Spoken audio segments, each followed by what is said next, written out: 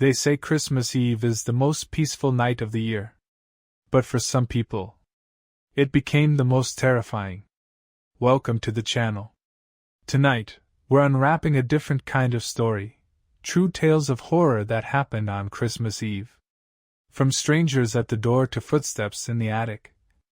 These are the nights that still haunt those who lived through them. So grab a blanket, lock your doors. Because these are disturbing true Christmas Eve horror stories. And the first one starts now. It was Christmas Eve, and I was working late. I'm 23 now, and I work in New York City, which means a daily commute that never gets any easier, especially not during the holidays. Most of my coworkers are older than me, and naturally, that means I get stuck with the worst shifts. So while everyone else was probably already home cozying up to a fireplace or unwrapping presents, I was just clocking out. I didn't even leave the office until 5 p.m. My family had already left an hour earlier to head to my cousin's place for dinner. That meant I had to drive there alone. So I got home, grabbed a quick snack, and threw on a heavier coat. I punched my cousin's address into my phone and set off for the half-hour drive. And right around halfway through that drive, it started snowing. Not just a light flurry either. It was the kind of heavy snowfall that turns streets into slippery white death traps. But I was determined. It's Christmas Eve, I told myself. It'll be worth it. I got to my cousin's place around 6 p.m. By then, the snow was falling so thick I could barely see across the yard. But I had made it. Dinner had just started, so I dropped my gifts by the tree and gave everyone a quick hello before grabbing a plate. It was a warm, cozy night. Laughter, the smell of roasted turkey and cinnamon, everything you'd expect from a Christmas Eve gathering. I stayed until around 11. The rest of my family had already started trickling out by 10:30, but I lingered another half hour just to talk, soak in the holiday vibes. When I finally stepped back outside, my car was half buried in snow. 2 feet had easily piled up on the driveway. And it was still coming down hard. I remember thinking, this is gonna be hell. And I was right. The drive back was a nightmare. The roads hadn't been plowed in a while, if at all. I couldn't go more than 20 miles an hour without skidding a little. The wipers were working overtime just to keep the windshield visible. There wasn't a single car on the road. Not one. It was like the world had hit pause, and I was the only one still moving. Then I turned onto one of the main roads. Normally, this stretch would be full of cars, even this late. But at 11:15 on Christmas Eve, it was deserted. The stores lining the street were completely dark, like an abandoned movie set. That's when I saw it. Flashing tail lights, faint through the veil of snow. A single car was parked on the side of the road, just barely visible under the falling white. I slowed down and got closer. I could see exhaust smoke rising from the tailpipe, backlit red by the lights. A figure stood next to the car, waving their arm in the air. Fast, like they were in a panic. My gut twisted a little. But I figured they probably needed help. Maybe their engine died, or they skidded into a snowbank. It was brutal out here, after all. So I pulled up behind them. I left my headlights on, threw the car in park, and opened the door. The man approached me immediately. I barely had one leg out before he was right there. He looked average. About 5 feet 10 inches, maybe 180 pounds. Heavy coat. No obvious signs of distress. "Hey," he said loud and direct. "Do you know anything about fixing engines?" I shook my head. "Not really. Not much, anyway." He didn't even blink. "That's fine," he said quickly. "Just wait by the trunk for a second." Then he turned back to his car, popped open the trunk, and walked to the front of the vehicle. I didn't know what to think. It didn't make much sense. Why wait by the trunk? But I went along with it. I walked over and stood behind the car, glancing up toward the hood, which he had now propped open. I couldn't see what he was doing. The trunk lid was blocking my view, and the wind from the snowstorm was so loud I could barely hear anything. I leaned in slightly, resting my hands on the back of the car, peering at the edge of the trunk, and then thud, thud, thud, thud, thud. Footsteps. Quick, heavy ones, crunching through the snow behind me. Then I felt both hands slam into my back. He was trying to push me into the trunk. I twisted hard and kicked upward, slamming my feet into the lid before he could shut it on me. My heart was going 100 miles per hour. I don't even remember thinking, just reacting. He tried to shove the lid down again, grunting with effort, but I pushed back even harder. The adrenaline was surging through me. And then, I kicked it open with everything I had and scrambled out. He grabbed at me. That much I remember. But by then I had my keys out, clenched in my fist. I drove my house key straight into the side of his neck. He screamed, this wild, inhuman sound that echoed down the empty street. He dropped to his knees, clutching the wound, and I didn't wait to see anything else. I bolted back to my car, jumped in, and locked the doors. The tires struggled in the snow, fishtailing a bit before gripping, but I got moving. Fast. Half a mile down the road, I finally found the breath to call 911. I explained everything, where I was, what happened, the car, the man, all of it. 10 minutes later, I drove past the same street again. Blue and red lights bounced off the snow-covered storefronts. They had him. The cops were holding him down while EMTs tended to the wound. I parked a little ways off and just watched. It felt surreal. Like I wasn't even there. Like I was watching someone else's life. But that scream, that panic, it was all mine. I got home half an hour later, just past midnight. I walked into my house to find my family asleep, the Christmas tree lights still glowing in the corner. And I just stood there. For a long time. I told them everything the next morning. They were horrified. My mom cried. My dad called me lucky. I don't think I've ever seen him look more scared. And honestly, they were right. I was lucky. One wrong move, a few seconds slower, and I wouldn't be telling this story. It's been years since that night. But every Christmas Eve, around the same time, I can still feel the cold of that wind, the burn of panic in my chest, the weight of that guy's hands on my back. And I never, ever stopped to help anymore. Not at night. Not alone. Not ever again. Because sometimes, the person waving you down in the snow isn't someone in need. They're the danger. It was Christmas Eve, 2009. I was 18 at the time, working part-time at a local CVS near where I lived. It was a decent job. Not great pay, not glamorous, but it helped with bills and gave me a little spending money, enough to buy gifts for my folks without dipping into my savings. The store was just 5 miles from my house, tucked away on the corner of a quiet road that dead-ended near a small wooded area. Kind of an odd place for a store, but it had been there for years. Business was usually decent during the day, especially with a pharmacy in the back. But once the sun went down, it was like the place turned invisible. No one came in. And that Christmas Eve? I was the poor soul stuck working the closing shift. Midnight. Midnight on Christmas Eve.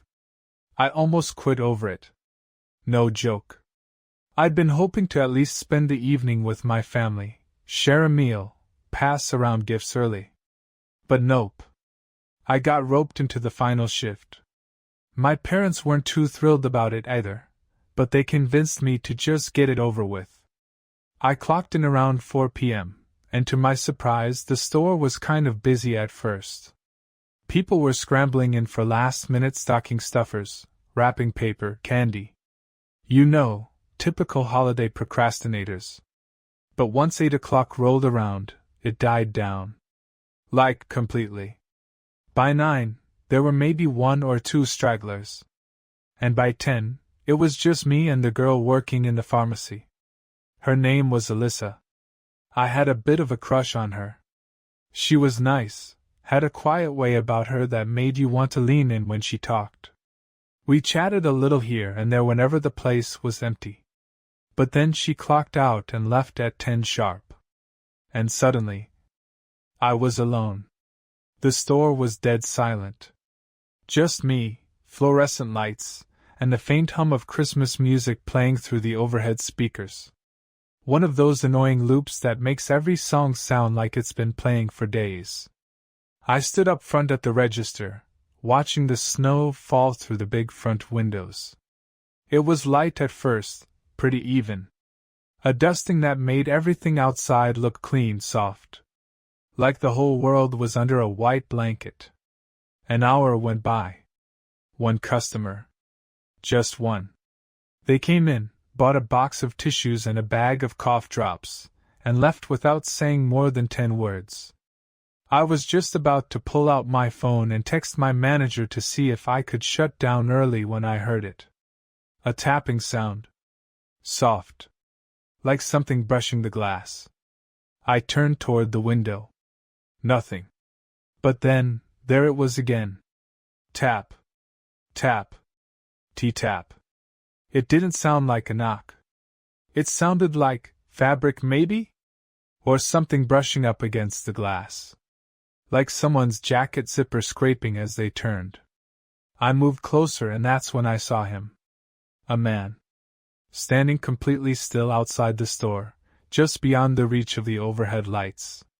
He had on a heavy winter coat with the hood pulled up, baggy jeans, and black boots.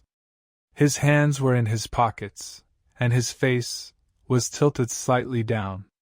But I could feel him looking at me. I locked eyes with him through the glass. And for a few seconds neither of us moved. Then, without breaking his stare, he stepped forward and pushed the door open. It gave that familiar ding as he entered, but it sounded weirdly loud in the silence. He didn't say a word. Just walked past the counter, down one of the aisles, and disappeared behind the shelves. Okay. Weird. But not illegal. Maybe he was just shopping. Or killing time. Whatever. I shrugged it off. But I kept glancing down the aisle he walked into. Just in case. About 5 minutes passed. Then the tapping started again. But this time, it was inside. It was faint, but rhythmic, coming from one of the aisles to my right. Tap, tap, tap. I stepped out from behind the counter and called out. Excuse me, sir? Nothing. I walked a little closer to the aisle where I thought the noise was coming from. No one. I moved down another. Still no one. But then, I heard it again. Only this time it was coming from the aisle next to the one I was in. Like he was moving just out of sight, keeping distance. It was getting under my skin now. That weird kind of creeping sensation where every shadow looks like it's moving. I turned into the candy aisle and froze. The sleigh bells. You know the ones they hang on the ends of aisles during the holidays? The little decoration kind? They jingled. Just a little. Just enough to let me know someone had touched them. I walked closer, leaned forward, and tried to peek through the small holes in the shelf to see the next aisle. And that's when I saw them. Eyes. A pair of eyes staring right back at me through the holes. Wide. Unblinking. The man moved away just as I realized what I was seeing. Then, a second later, he stepped into the aisle I was in. But he wasn't walking. He was hopping. Like on his toes. Light, quick movements, almost playful. He looked like a little kid pretending to be Santa sneaking up on someone. Only it wasn't cute. It was creepy. His face had this giant grin plastered across it. Way too wide, way too stiff. And the sounds he made, they were almost like giggles. High-pitched, erratic. Like he was trying to mimic a child's laugh but didn't quite know how. I backed away. He kept hopping forward. I backed up more, and so did he, matching me, step for step. By the time I reached the end of the aisle, he stopped. Just stood there, still grinning. I moved behind the counter, picked up the store phone, and started dialing my manager. That's when I looked up, and he was gone. I scanned the aisles again. Nothing. Then I heard the sleigh bells. Again. And the tapping.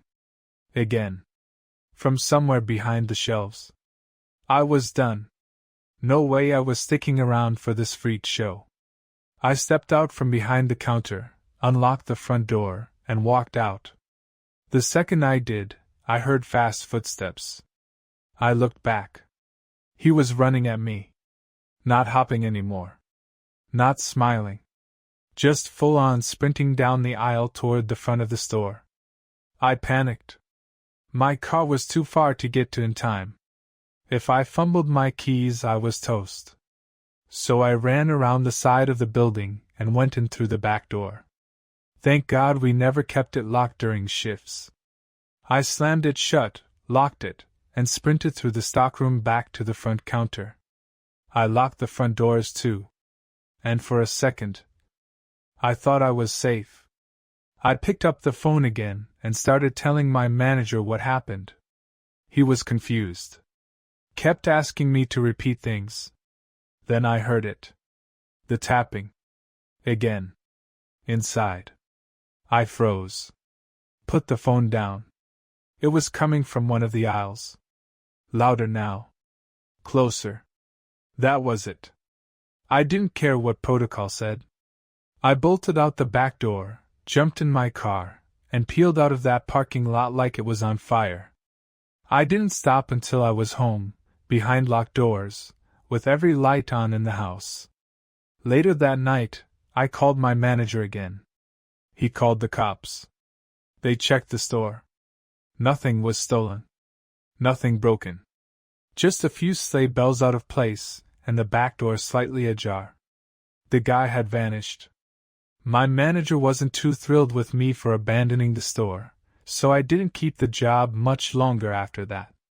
But honestly, I don't regret it. Because whoever, or whatever, that guy was, he wasn't just weird. He was waiting for something. Or someone. And I'm pretty sure it was me. To this day, every time I walk into a CVS or hear sleigh bells jingling on a store display, I still get that same chill down my spine. And I'll never work Christmas Eve again. Not for any amount of money. Christmas Eve used to be my favorite night of the year. It was the calm before the storm of Christmas Day, the quiet, peaceful hours when the house was glowing with lights, the trees shimmered in the dark, and the streets outside fell silent under a sky full of stars or snowflakes. That quiet magic. That warm, nostalgic stillness. But that changed for me 3 years ago. Now, when I think of Christmas Eve, I think of breathing as quietly as I could under a bed while someone walked barefoot across my carpet. Let me back up. At the time, I was 26 and living in a rental house just outside of Spokane, Washington. My parents had moved down to Arizona a few years earlier, and I didn't want to travel that far for just the weekend, so we planned to FaceTime on Christmas morning and open presents over video chat. It was a little lonely, sure, but I had my own little tradition. I'd bake cookies, wrap the last of the gifts, make hot chocolate with peppermint schnapps, and watch old Rankin/Bass specials. It was cheesy, it was cozy, and it made me feel like a kid again. That year, I had to work a half day on Christmas Eve. I was home by 2 o'clock. The snow had started falling around noon, so by the time I got back to the house, my car left tracks in a clean white layer covering the driveway. I remember stepping inside, shaking the snow off my boots, and instantly feeling relieved to be home. The tree in the living room was already lit up, casting those multicolored shadows on the walls. It smelled like cinnamon and pine. Everything felt perfect. Until that night. Around 9 p.m., I was just finishing the last of my gift wrapping when I got a weird feeling. You know that sensation when the energy in the room shifts? When everything is still, but your body knows something isn't right? I paused. Listened. Nothing. The house was dead silent. Not even the sound of wind outside. I went back to wrapping. Then I heard it.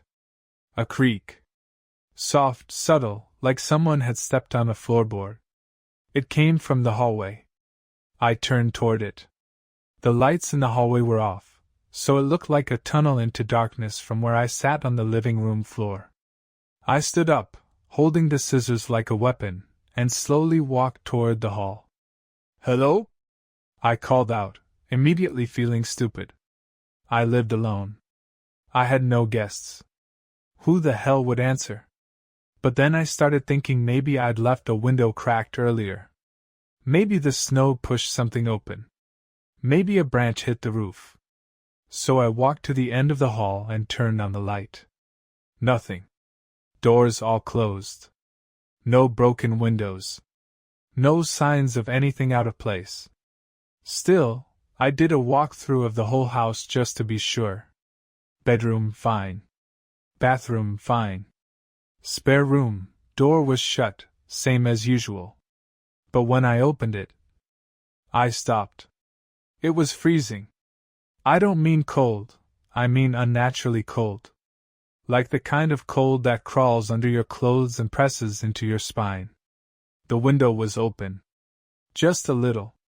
Maybe 3 inches. Enough to let in the icy air. I walked over and closed it, locking it. It didn't seem broken. No cracks in the glass. Just open. Which didn't make sense, because I hadn't touched that room in a week. I chalked it up to bad memory, tried to laugh it off, and went back to the living room. But something about it stuck with me. Like a sliver in your thumb you can't see but still feel.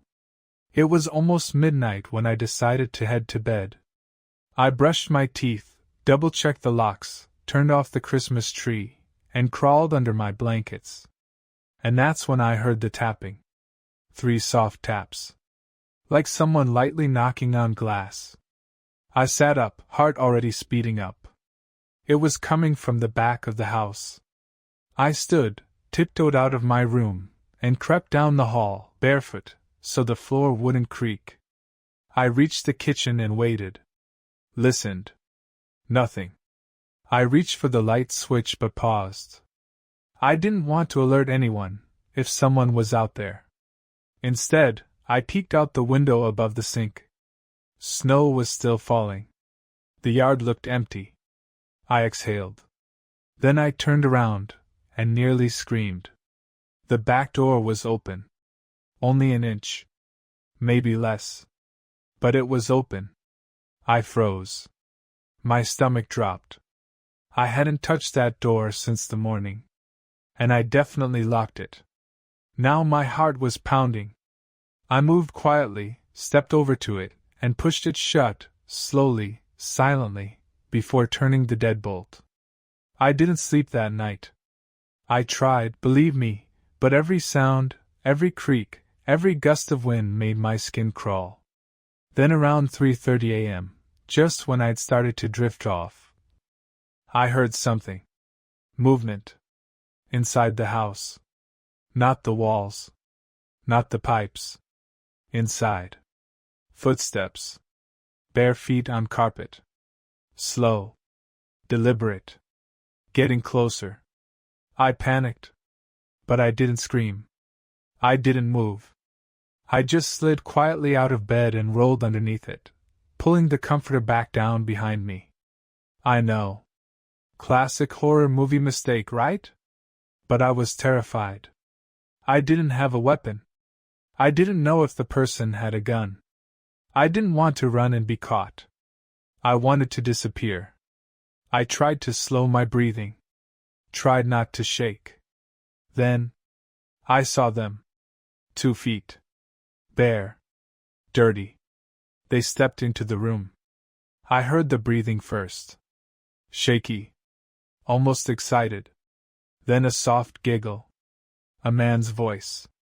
Low. Whispered. Merry Christmas. He stood still for a long time. Then he began to crouch down. I could see the silhouette of his head dipping below the edge of the bed. Just barely. I couldn't see his face, but I could hear his breathing, closer now. He was checking under the bed. I didn't know what else to do, so I reached out from under the bed as fast as I could and grabbed his ankle. He shouted, more in surprise than pain, and I rolled out and ran.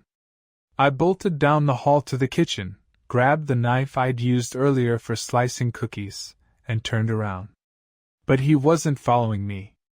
The house was quiet again. I backed into the corner, holding the knife tight. Then I heard the front door open. And close. By the time the cops got there was no sign of him. No footprints except my own. No forced entry. Nothing missing. Just an unlocked window in the spare room. I moved out a week later. Now, every year when the snow starts to fall, I check every window 3 times. I don't sleep easy until Christmas Day. And I keep a knife in my nightstand. Because Christmas Eve might be magical for some. But for me, it's when monsters come crawling out of the cold.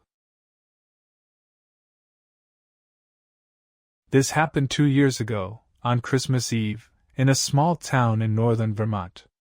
My wife and I had just moved into a little log cabin that we bought as a kind of forever home retreat. Cozy, rustic, away from the city, it was the perfect place to start the next chapter of our lives. We had planned to host Christmas that year. My parents and my brother were going to drive up on Christmas morning. So Christmas Eve was just going to be the 2 of us. We were actually kind of excited for a quiet night together. The house sat on the edge of the forest. Literally, the backyard ended in thick woods, and during winter, when the snow blanketed everything, it looked like a postcard. No streetlights, no nearby neighbors, just trees and silence. At night the stars were so clear it felt like you were camping in the wilderness. It was the first Christmas we were spending alone, and honestly, it felt kind of magical. Until it didn't. We spent the evening watching movies, drinking wine, and stringing the last of the lights on the tree. Around 11, my wife said she was heading to bed, but I decided to stay up a bit longer and have another glass of wine by the fire. That's when I heard something outside. It was a faint rustling, soft at first. Then it got louder, like something was crunching through the snow in the backyard. I paused the TV and went to the back door. Now, the layout of the cabin is pretty simple. 1 big room up front for the kitchen and living area, 2 bedrooms in back, and a basement below that I used for storage. The back door had a window, and when I peeked through it, I could see the yard. The motion sensor light had flicked on, bathing the snowy yard in a pale yellow glow. But I didn't see anything. No animals. No branches moving. Nothing. I figured maybe a deer had wandered through and triggered the light. So I went back to the couch. 5 minutes later, the power went out. Just like that, TV off, lights out, heat gone. Now look. We live in Vermont. Power outages in winter aren't that unusual. It happens. But something about the timing felt off. I mean, literally 5 minutes after I thought I heard something outside? I grabbed the flashlight from the kitchen drawer and went to check the circuit breaker. As I passed the hallway, I noticed my wife had closed the bedroom door. I figured she was already asleep. I went down to the basement. Checked the breaker. Everything looked normal. Nothing flipped. Weird. I came back upstairs, and the power was still out. I was about to call the electric company when I heard it again. That sound. Crunching in the snow. But this time, it was closer. I slowly walked over to the front window, turned off my flashlight, and looked out. And my blood went cold. There were footprints. In the snow. Coming from the woods. But what made my stomach turn was the fact that the prints weren't there before. I had looked out earlier that day when the snow was fresh, and the yard was completely untouched. But now, there was a path. Leading to the house. I followed the tracks with my eyes, heart pounding, and they stopped right at the porch. Right by the door. I ran to the front door and checked the lock. Still bolted. But then I noticed something that made my skin crawl. The handle was wet. Like someone had been holding it, recently. I backed away slowly, trying to make as little noise as possible. Then I heard it. From the basement. A creak. Not the pipes. Not the house settling. Footsteps. Coming up the stairs. I panicked. Quietly ran to the bedroom and shut the door behind me. My wife sat up in bed, startled. "What's wrong?" I held my finger to my lips and whispered, "Someone's in the house." Her eyes widened. We both sat frozen, listening. Silence. Then, another creak. This time just outside the door. There's no worse feeling than knowing there's someone on the other side of a thin wooden door. That all that separates you from them is a cheap brass handle. I whispered for my wife to call 911. She grabbed her phone and started dialing. Then the handle started to turn. Slowly. Deliberately. I rushed to the door, held it shut with both hands. Then came the knock. One soft knock. Then another. And another. My wife was shaking, still whispering to the dispatcher. I braced against the door, heart pounding. Then whoever was out there walked away. We heard the footsteps retreat down the hall. Then the front door creaked open. And slammed shut. The cops didn't show up for another 20 minutes. By then, the power was back on. They searched the entire property, including the woods, but found nothing. No signs of forced entry. No prints beyond the ones leading to the porch. And here's the part that really messes with me. There were no prints leaving the house. Just the ones coming in. To this day, we don't know who it was. Or how they got inside. But every Christmas Eve since, I don't sleep. I keep the lights on. I check every window and door 3 times. And I watch the snow. Because if I ever see fresh footprints leading from the woods again, I'm not waiting around to see where they stop. This story takes place back when I was in college, winter break of my sophomore year. I had flown home to spend the holidays with my mom, who had just moved to a small town in upstate New York after my parents' divorce. We were staying in a rental house just outside of town. It was one of those old colonial homes, beautiful, but definitely had that creaky floorboard, weird draft in the hallway vibe. The kind of place you swear you hear whispers in when the wind gets going.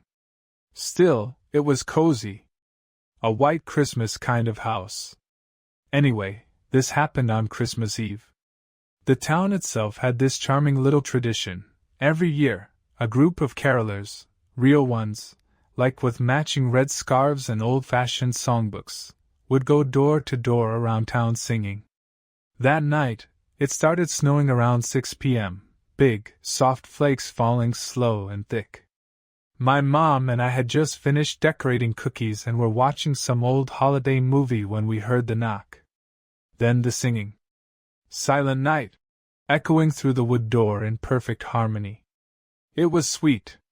A little eerie, maybe because it was so quiet outside, but sweet. We opened the door and saw 4 carolers standing on our porch. 2 men, 2 women, all dressed in those old-timey Christmas clothes. Like Dickens characters. One of the men even held a lantern. They smiled politely, finished the verse, and gave us a small bow. My mom clapped and offered them hot cocoa, but they shook their heads and thanked us, then moved on to the next house. We watched them disappear into the snowy night. All seemed normal.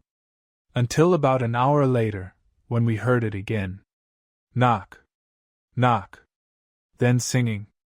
But this time, it wasn't the same song. And it wasn't the same melody either. It was off-key. Slow. Almost like a child humming when they don't really know the tune. We looked at each other confused. But I figured it was just another group. Maybe high schoolers. Maybe they weren't trying to be professional. So I went to the door and opened it. And there they were again. The same four. Same clothes. Same lantern. Same faces. Only now, they weren't smiling. They were staring. Blank expressions. Eyes wide. Not blinking. They just stood there. Humming. Didn't you guys already come by? I asked, trying to lighten the mood. Nothing. Just humming. Then one of the women took a step forward. Not a big step. Just one. I shut the door. Locked it. My mom looked freaked out. She asked me what that was all about. I don't know, I said. But that was the same group from earlier. We watched through the curtains as they stood outside for another minute, then turned and walked slowly back toward the road. Creepy, sure. But maybe they were just weird. Harmless. We tried to shake it off. But around 11:30, they came back. No knock this time. Just singing. Only it wasn't a song anymore. Not really. It was more like whispering. Chanting, almost. Words we didn't recognize. Low and drawn out. This time, we didn't go to the door. We turned off the lights and peeked from the second-story window. There they were. Standing in our yard now. Not the porch. The yard. In the snow. Just staring at the house, chanting in that low, humming voice. I whispered, "Should we call the cops?" My mom nodded wide-eyed. I backed away from the window and picked up my phone. But when I looked back, they were gone. Just like that. No footprints. No movement. Gone. We stayed up the rest of the night with the lights on, sitting in the living room with a fireplace poker and a kitchen knife on the coffee table. But they didn't come back. Christmas morning, we went outside. There were no footprints in the snow. None leading up to the house. None away from it. We told a neighbor about it later that week. He got real quiet then said, "You saw the carolers?" We nodded. He gave a nervous chuckle. "They say they're spirits. From an old fire that happened in town back in the 1920s. A church choir was performing on Christmas Eve when the building caught fire. None of them made it out. Some folks say they still come back to sing, looking for a house that'll let them in." My mom didn't believe him. I'm not so sure. Because every now and then, when the snow falls heavy and the world goes quiet, I swear I can hear them. Faint. Off-key. Getting closer. This happened to my cousin Emily back in 2016, and though she rarely talks about it now, when she first told me the story, over drinks a year after it happened, I remember feeling this weird blend of terror and disbelief. Like, how is this real? But knowing her, it is. Emily had just moved into a new townhouse in Massachusetts. It wasn't brand new, but it was new to her. She'd recently gone through a rough breakup and was starting fresh, working remotely, building her independence. She was excited to spend her first Christmas alone, not lonely, just peaceful. No family drama, no long drives, no loud dinners. Just herself, her cat Marvin, a stack of books, and a bottle of red wine. The week leading up to Christmas Eve was uneventful. She decorated a little, some lights around the windows, a tabletop tree on the coffee table. She didn't go all out, but it was festive enough. It snowed a bit, just enough to dust the neighborhood in white. On Christmas Eve, she wrapped herself in a fleece blanket, poured a glass of wine, and curled up with a book by the window. It was quiet. Peaceful. Just the occasional hum of a car driving by in the distance, the creak of the old heating system cycling on and off. Around 9 p.m., she heard something strange. It was faint at first, barely noticeable. A soft thump. She figured it was Marvin knocking something over. He was always getting into cabinets or climbing on shelves. But Marvin was curled up next to her, dead asleep. She paused. Listened again. Thump. A little louder this time. Coming from above her. The attic. Now, Emily had never even been in the attic. The hatch was in the hallway ceiling, and she didn't have a ladder tall enough to reach it. As far as she knew, it was empty. Just insulation and cobwebs. No floor. No storage. She brushed it off. Probably something shifted in the insulation. Maybe a squirrel in the roof. The place was old. She went back to reading. But the thumping came back. Louder. More insistent. Followed by dragging. That's when she stood up and looked at the ceiling. It was dead silent again. She told herself it was nothing. It had to be nothing. But then Marvin woke up. He sat straight up on the couch and stared at the ceiling, ears twitching. Then he started growling. Not hissing, growling. Like a dog. Emily's heart started racing. She picked him up and backed into the kitchen, grabbing her phone along the way. She texted me. You ever hear stuff in your attic? I didn't respond right away. Then she heard the voice. A man's voice. Muffled. Like it was coming through layers of wood and insulation. Hello? Emily froze. It came again. Louder this time. Hello? Is anyone down there? She backed into the corner of the kitchen, Marvin still in her arms, her phone now shaking in her hand. Please, the voice said. I'm stuck. She stared at the ceiling hatch. The voice was coming from right above it. I don't know how I got in here, he said. Can you let me out? She didn't move. Please, it's dark. I'm cold. There was a moment of silence. Then scratching. Like fingernails or something sharper, raking the inside of the attic hatch. Emily finally dialed 911. The dispatcher stayed on the phone with her while she locked herself in the bathroom, still clutching Marvin, waiting for the cops to arrive. 10 minutes later, there was a knock at the door, real this time, and the police came in. They checked the house. Everything seemed normal. Until they pulled the attic hatch down. And found the rope ladder. Someone had installed a homemade rope ladder from inside the attic. When the officers climbed up, they found a sleeping bag. Cans of food. A flashlight. An old flip phone. A small knife. Wrappers. Crumpled receipts. And worst of all, photos. Printed photos. Of Emily. Sleeping. Cooking. Reading by the window. They'd been watching her. Living above her. The cops never found out how he got in. No signs of forced entry. No broken windows or picked locks.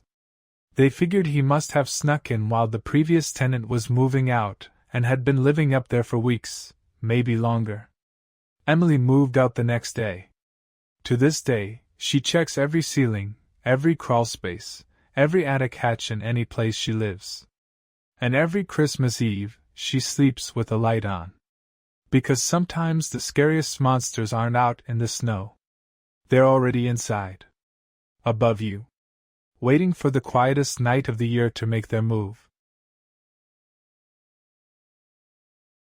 This happened to me when I was 17 years old, back in 2011. I was working at a seasonal Christmas tree lot just outside of Portland, Oregon. It wasn't anything fancy, just a pop-up operation in a vacant lot next to a gas station. We'd set up rows of firs and pines, string up some lights overhead, and offer hot chocolate out of a thermos if customers looked cold. It was my second year working there, and I actually kind of loved it. There was something about helping families find the perfect tree that felt good. Simple. Pure. On Christmas Eve, the lot stayed open until 10 p.m. Most people had already picked up their trees by then, but you'd get the occasional last-minute shopper, someone who just got back into town, or realized too late they hadn't grabbed one yet. That night, it was cold. Real cold. Wind chill in the teens, snow dusting the pavement in dry little swirls. I was working the late shift alone. My boss had taken off around 7:30 and left me with a simple instruction: lock up at 10, stash the cash box in the little on-site trailer, and don't forget to unplug the lights. Around 9:15, a car pulled up. An old brown station wagon. It looked like it hadn't seen a car wash in years. Headlights flicked off, engine idled. Nobody got out at first. I stood there by the small propane heater near the checkout table, watching. It's not unusual for people to sit in their cars for a bit before coming out. But 5 minutes passed. Then 10. Finally, the driver's door opened. A man stepped out. I noticed right away something was off. He was tall, maybe 6 feet 4 inches, wearing this enormous brown coat that looked like it had stuffing poking out the sleeves. His jeans were too short for his legs, exposing his ankles above cracked black boots. He didn't look homeless, but he looked unkempt. Like he hadn't been part of regular life in a while. He didn't smile. Didn't wave. Just walked into the rows of trees without saying a word. I cleared my throat. "Evenin', sir. Looking for something in particular?" He didn't respond. Just moved deeper into the lot. I didn't like that. Not one bit. I followed him at a distance, trying to stay casual. "We've got some nice 7-foot Douglas firs over here. Still fresh." No answer. Then he disappeared behind a line of pines. I turned the corner after him, and he was gone. The lot wasn't that big. There weren't many places to hide. "Sir?" I called out. No response. I stood there, breathing clouds into the cold air, my fingers going numb even inside my gloves. That's when I heard it. Footsteps. Behind me. I turned fast, but no one was there. Then I heard whispering. Very low. Like someone talking to themselves. It came from the trees to my left. I slowly walked that way, heart racing, wishing I had a flashlight or, better yet, a partner. The whispering stopped. Then I noticed something that nearly made me drop the keys in my pocket. There were 2 pairs of boots behind one of the trees. Not just a guy's, someone else's. I backed up. Quietly. Started making my way back to the front of the lot. Then I heard the crunch. Fast, loud footsteps, coming toward me. I bolted. I didn't even look back. I ran to the trailer, slammed the door, and locked it. The trailer was basically a glorified storage shed with a chair, a desk, and one overhead bulb. Thin walls. No windows. Not exactly a fortress. I grabbed the old cordless phone we kept there and called the police. While the phone rang, I heard them. Footsteps. Circling the trailer. Then came the knocking. 3 slow knocks. Then silence. I held my breath, clutching a box cutter I found in the drawer. The police said they were on their way, but it might take 20 minutes due to road conditions. 20 minutes. I waited. Then I heard the door handle jiggle. Softly at first. Then harder. Like they were testing it. Then came a voice. A low, raspy male voice right outside the door. "You forgot to turn off the lights." That's all he said. I stayed frozen. Didn't respond. A few moments later, the footsteps moved away. I waited. Sat in total silence. Eventually, I saw the blue and red lights flicker through the cracks around the door. When I opened it, the lot was empty. The trees stood silent. No footprints. No car. No sign of anyone ever being there. But the cash box had been moved. It was sitting on top of the heater, wide open. All the money still there. Nothing taken. The cops took a report, but there wasn't much they could do. No surveillance cameras. No license plate. No witnesses. I quit the next day. Now every Christmas Eve, when I drive past the tree lot, I feel that same chill crawl down my spine. Because someone came out that night, but they weren't looking for a tree. And whatever they wanted, I'm just glad I didn't find out. This story comes from my Uncle Derek, and it's one of those family tales that sounds like an urban legend, until you see the way he looks when he talks about it. It happened in 1998, when he was a college freshman. He was majoring in music and had just joined a small, local choir near his university. It wasn't affiliated with the school. It was an old, private group made up of locals who were all obsessed with classical arrangements and historical performance. Real old-school stuff. They rehearsed twice a week in this ancient Victorian house that had been converted into a music society headquarters decades earlier. Everyone called it the Choir House.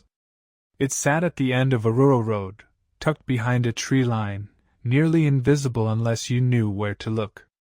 The building was dark red, with boarded-up windows on the second floor and ivy crawling up the sides. It looked like something out of a period drama, or a horror movie. Derek had been rehearsing with them for a few months leading up to Christmas Eve, when the group had a final gathering planned. It wasn't a formal concert, just a closed-door holiday recital. Members would sing, drink wine, share food, and listen to old Christmas records late into the night.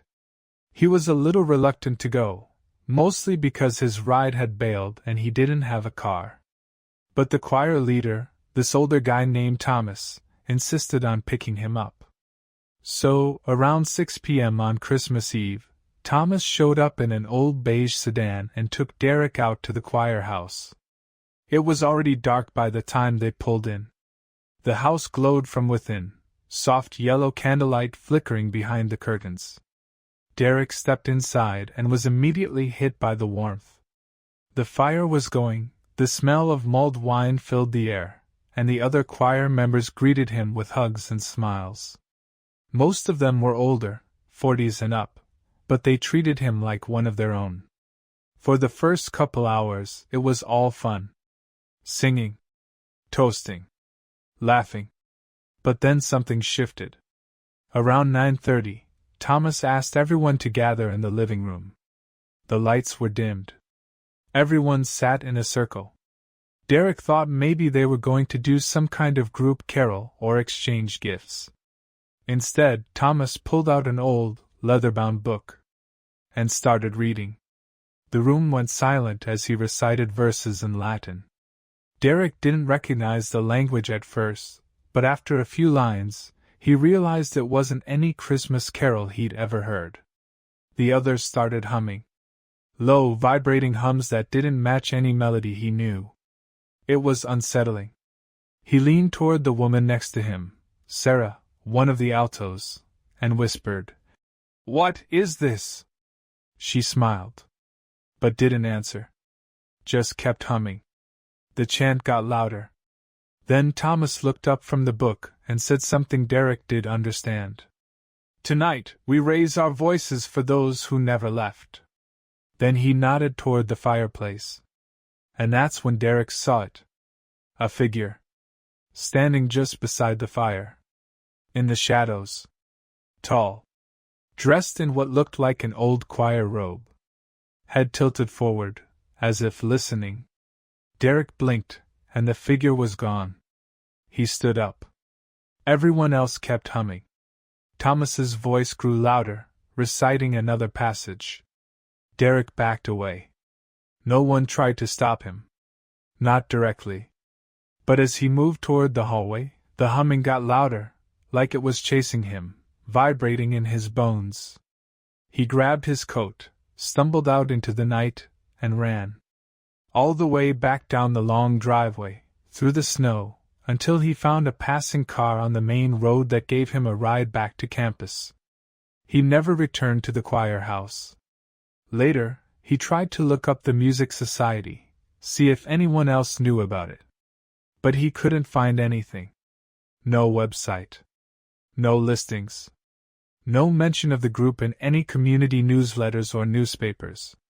Just one dusty article in the college archives, dated 1975.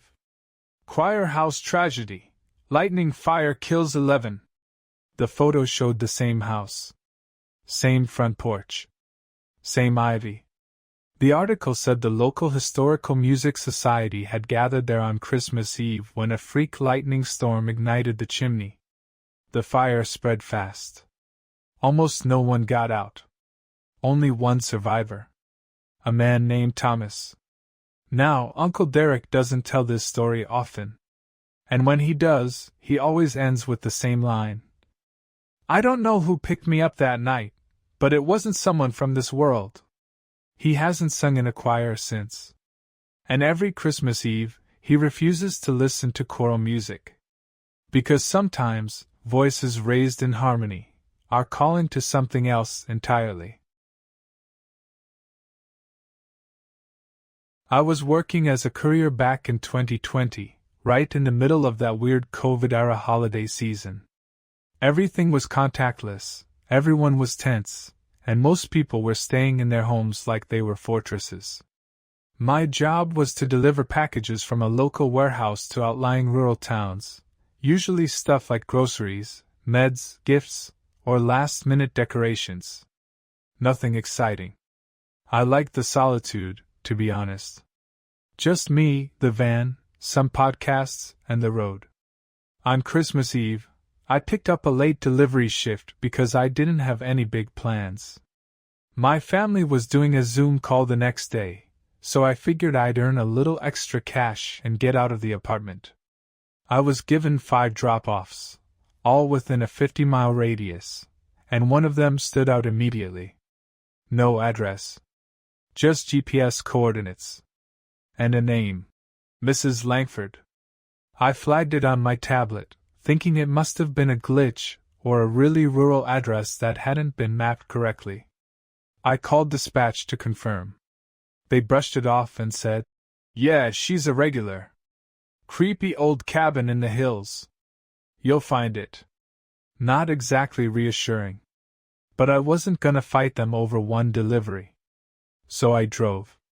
The first 4 were easy, standard houses, a couple of awkward gate codes, but nothing unusual. Then, around 9:30 p.m., I turned off the highway and onto a narrow country road. No streetlights. Just the glow of my headlights on bare trees and snow-covered ground. The GPS kept leading me deeper and deeper into the woods. After 15 minutes, it told me I'd arrived. But there was nothing. No mailbox.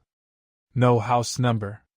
Just a narrow dirt path winding into the trees, barely wide enough for my van. I stopped the engine. Snow was falling again, light but steady. I double-checked the package. It was small, about the size of a shoebox. Wrapped in brown paper. No label, just a tag tied with twine. To Mrs. Langford. Do not open. Weird. But hey, I've delivered weirder. I turned onto the path and crept forward. It felt like driving into another world. The snow muffled the sound of the tires, and the trees pressed in on both sides, creating a tunnel of darkness. Then, finally, I saw it. A cabin. Old. Crooked. Like it had been standing for way too long. One window glowed yellow. I pulled up, grabbed the package, and stepped out. The cold hit me like a slap. No wind, just that bone-deep chill. As I approached the porch, the door opened. No creak. No slam. Just opened. A woman stood in the doorway. Late 70s, maybe older. Thin. Wearing a faded dress with a shawl. Her white hair was tied back neatly. She didn't look surprised to see me. "You're late," she said softly. "Sorry," I replied, handing her the package. "You're my last stop tonight." She took it with both hands, cradling it like it was fragile. Then she said something that chilled me more than the air. "You shouldn't have come." I blinked. "Excuse me?" She stared past me, toward the woods. "They don't like visitors. Especially not tonight." I half laughed, thinking it was just creepy old person talk. "Well, job's done. Merry Christmas." I turned to go. Then I heard it. A low whistle. From the trees. I spun around. No one there. The woman stepped outside onto the porch. "They've followed the package," she said. "Who has?" She didn't answer. Instead, she pointed to my van. "Leave. Now." I didn't wait for more. I bolted to the van, slipped on the icy step, caught myself, and fumbled with the door. As I started the engine, I glanced back. She was gone. Door wide open. Cabin dark. I reversed down that path so fast I nearly took off a side mirror. I didn't stop until I hit the main road. That should have been the end of it. But the weird part? The next morning, I got a call from dispatch. "You left a package at the Langford cabin?" "Yeah." Silence. "Dude, that place burned down 6 years ago." I laughed. Thought it was a joke. Then they sent me the article. December 24th, 2014. Cabin fire. Woman presumed dead. No body found. Name, Margaret Langford. I showed them the delivery receipt, the coordinates. They lined up perfectly with the ruin of the old foundation. So who the hell did I talk to? And what was in that package? I'll never know. But now, every Christmas Eve, I double-check my stops. And if I ever get another delivery for a place without an address, I ignore it. Because the only thing scarier than delivering something to the middle of nowhere is realizing someone, or something, is expecting you. I grew up in a really small town in Minnesota. Like blink and you miss it small. Winters were brutal. The snow came early, the nights were long, and by Christmas Eve, the whole place looked like a snow globe someone forgot to shake. It was peaceful. Still. In 2003, when I was 10, something happened that my family doesn't talk about anymore. Not because we forgot, but because we don't want to remember. But I do. I remember everything. It was Christmas Eve, and my parents had decided to throw a small party at our house for the neighborhood kids. Nothing huge, just cookies, cocoa, carols, and an old VHS of Rudolph. We lived on a quiet cul-de-sac surrounded by woods on 3 sides. Only 6 houses total. All close. All friendly. Everyone knew each other by name. My mom had this idea to surprise us all with a real Santa Claus appearance. Not some mall guy, we couldn't afford that. But a friend of my dad's, apparently, had a suit and offered to swing by and hand out candy canes. The plan was simple. He'd knock on the door around 8 p.m., give us all a thrill, and leave. And at 8:02 on the dot, someone in a full Santa suit knocked. We screamed with excitement. My dad opened the door, and there he was. Tall. Red suit. White beard. Black boots. A big sack slung over his shoulder. He didn't say, "Ho ho ho." He didn't say anything. Just slowly raised one gloved hand and waved. Then stepped inside. At first, nobody thought it was strange. He was probably just trying to stay in character. He handed out candy canes one by one, never speaking. Just kneeling, smiling at each kid, nodding and moving on. Except, his smile wasn't right. It was frozen. Wide. Almost painted on. His beard didn't look fake, but it didn't look real, either. More like animal hair. And when he handed me a candy cane, he held onto my hand a little too long. Cold. His glove was ice cold. That was when I noticed his sack wasn't full of toys. It was lumpy. Wet in places. Stained. He moved slowly through the room. One kid started crying. Another backed into a corner. And then he stood up, looked around the room, and laughed. But it wasn't a jolly laugh. It was slow. Staggered. Like he didn't really know how to laugh. My mom whispered to my dad. "I thought your friend was bringing the suit." My dad said. "He was. But he cancelled this morning." They both looked at the man in the red suit. "Sir?" my mom said. "Who did you say you were again?" He didn't answer. Instead, he reached into his sack and pulled out a small, porcelain doll. Not wrapped. Not new. Old. Cracked. Eyes painted wide open. He walked over and handed it to my little cousin, who started wailing. My uncle stood up. "Okay, that's enough." Santa looked at him. Still smiling. Then turned and walked to the door. Didn't say goodbye. Didn't speak at all. Just opened it, and walked out into the snow. We all just sat there, frozen. My dad finally snapped out of it, and followed him. But he was gone. No footprints. Nothing. Just an open door and swirling snow. The cops were called. Of course. They said it was probably just some drifter with a costume looking to scare people. But no one in the neighborhood recognized him. And no one could explain how he left no prints in 2 inches of fresh powder. We later found out that, 20 years earlier, a man dressed as Santa had gone missing in the woods behind our cul-de-sac. He'd suffered a breakdown, wandered off during a holiday parade, and was never found. Just his suit, left hanging in a tree 2 miles deep into the forest. Still zipped. Still intact. No body. They never recovered anything but that suit. The one that looked exactly like the one the man wore in our house. We moved a year later. And every Christmas Eve since, I lock every door, every window. Because somewhere out there, something in red, still walks the snow. Smiling. Watching. Waiting for a house full of kids. This happened when I was 12 years old, in 2007. My family had just moved to a rural area in northern Idaho, a town so small it didn't have a single stoplight. Our house was on the edge of a wooded area, the kind that looked like it had stories to tell if you stood still long enough to listen. Big yard, gravel driveway, and nothing but pine trees for miles behind us.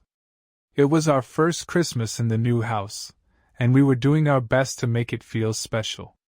My dad had strung up lights along the porch, we'd picked out a real tree from a local lot, and my little sister Emily and I had built a snowman in the front yard just 2 days before Christmas Eve.